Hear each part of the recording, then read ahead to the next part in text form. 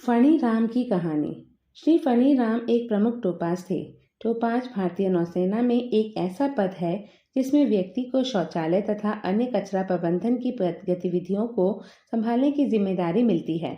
उनका जन्म तथा पालन पोषण बिहार के एक दूरस्थ गांव में हुआ था, जहां जाति के भेदभाव की गहरी जड़ें फैली हुई थी।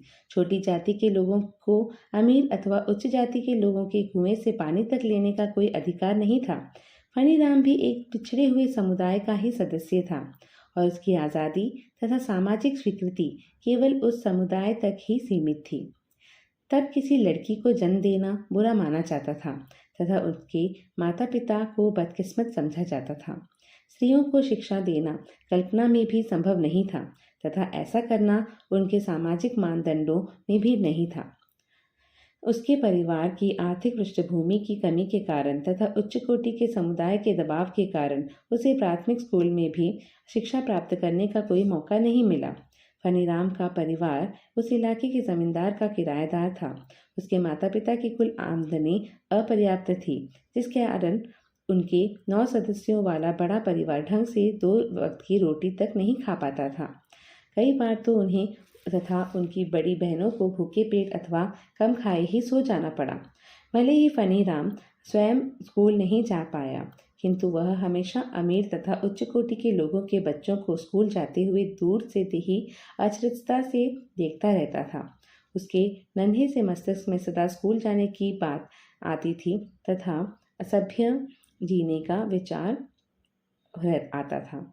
मुंबई के कर्नल रवि शर्मा वहाँ के जमींदार के करीबी रिश्तेदार थे तथा उनके वहाँ के नियमित आगंतुक थे। वे उच्च शैक्षिक तथा उदार व्यक्ति थे। उनके कोमल तथा मानवीय दृष्टिकोण के कारण फणी राम को वे अधिक प्रिय थे तथा वह सदा उनकी वापसी के समय रेलवे स्टेशन तक उनके साथ चलता था तथा उनका वह एकमात्र सूटकेस अपने सिर पर रख ले जाता था। एक दिन मुंबई वापसी के दौरान कर्नल रवि शर्मा ने फणी राम को जल्द ही मुंबई ले जाने का निश्चय किया। यह वास्तव में फणी राम तथा उसके परिवार के लिए एक अविश्वसनीय घटना थी। कर्नल शर्मा मुंबई में भारतीय थल सेना में एक छोटी सी टुकड़ी के कमांडिंग ऑफिसर थे। जरा सी विलंब ना करके उन्होंने फणी राम को मुंबई बुला लिया तथा आगे चलकर उन्होंने फणी राम को भारतीय सेना में टोपाज के पद में के रूप में भर्ती करवा दिया। भारतीय सेना में रहकर भी फणी राम अन्य टोपाजों से थोड़ा अलग था। सामान्यतः उस समय टोपाज वर्ग के लोग अति ठेठ हुआ करते थे। उनमें से अधिकतर लोग निषिद्ध मदिरा का सेवन, धूम्रपान, तंबाकू चबाना तथा महिलाओं की अश्लील तस्वीरें जमा करने का शौक पालते थे। उनकी निजी बैठकों के दौरान उनकी बातचीत का प्रमुख विषय महिलाएं होती थी, खासकर अफसरों की पत्नी तथा उनकी बेटियों के विषय में। वे उन महिलाओं के साथ अपने हुए अवैध संबंध की मनगढ़ंत कहानी का निर्माण करते थे। तथापि फणी राम उन सबसे भिन्न था। वह हमेशा अन्य विभागों के योग्य तकनीकी लोगों की ही संगति में रहता था तथा वह एक आज्ञाकारी कर्मचारी था। आगे चलकर फणी राम का विवाह हो गया तथा देखते ही देखते वह 3 लड़कियों का पिता बन गया।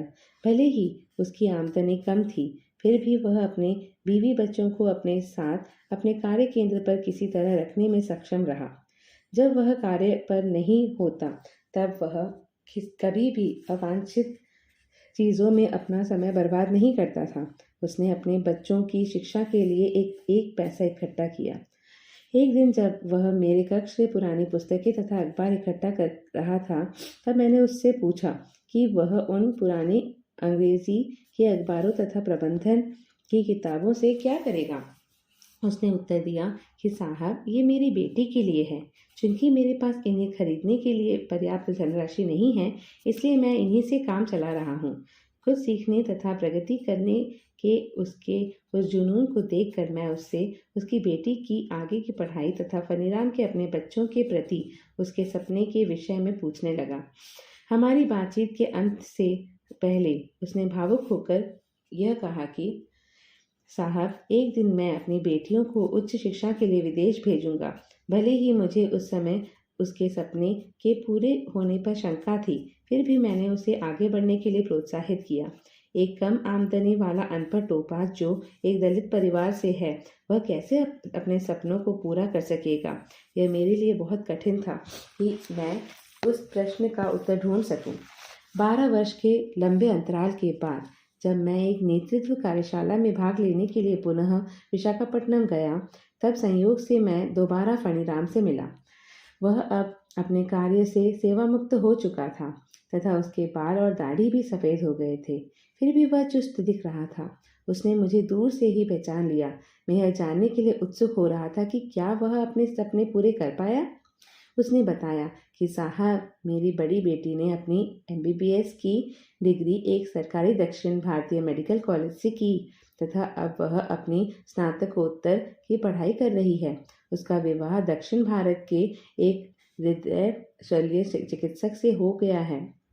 दूसरी बेटी ने चार्टर्ड अकाउंटेंसी की पढ़ाई पूरी कर ली है तथा अब वह अपने MBA स्नातक पति के साथ कनाडा में रहता है तथा तीसरी बेटी भारतीय वायुसेना में महिला अफसर का प्रशिक्षण ले रही है।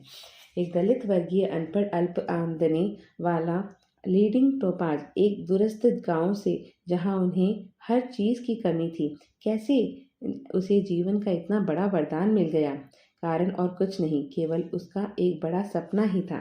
किस प्रकार उसने अपने सपने को पूरा किया, यह बताते हुए वह सच में रो पड़ रहा था। आज भी मुझे उसकी गीली आंखें याद आती हैं, जो अपने सपनों के साकार होने की खुशी में बह रहे थे। जब हम बड़े और गहरे सपने देखते हैं तो हमारा ध्यान केवल उसे प्राप्त करने में होता है तथा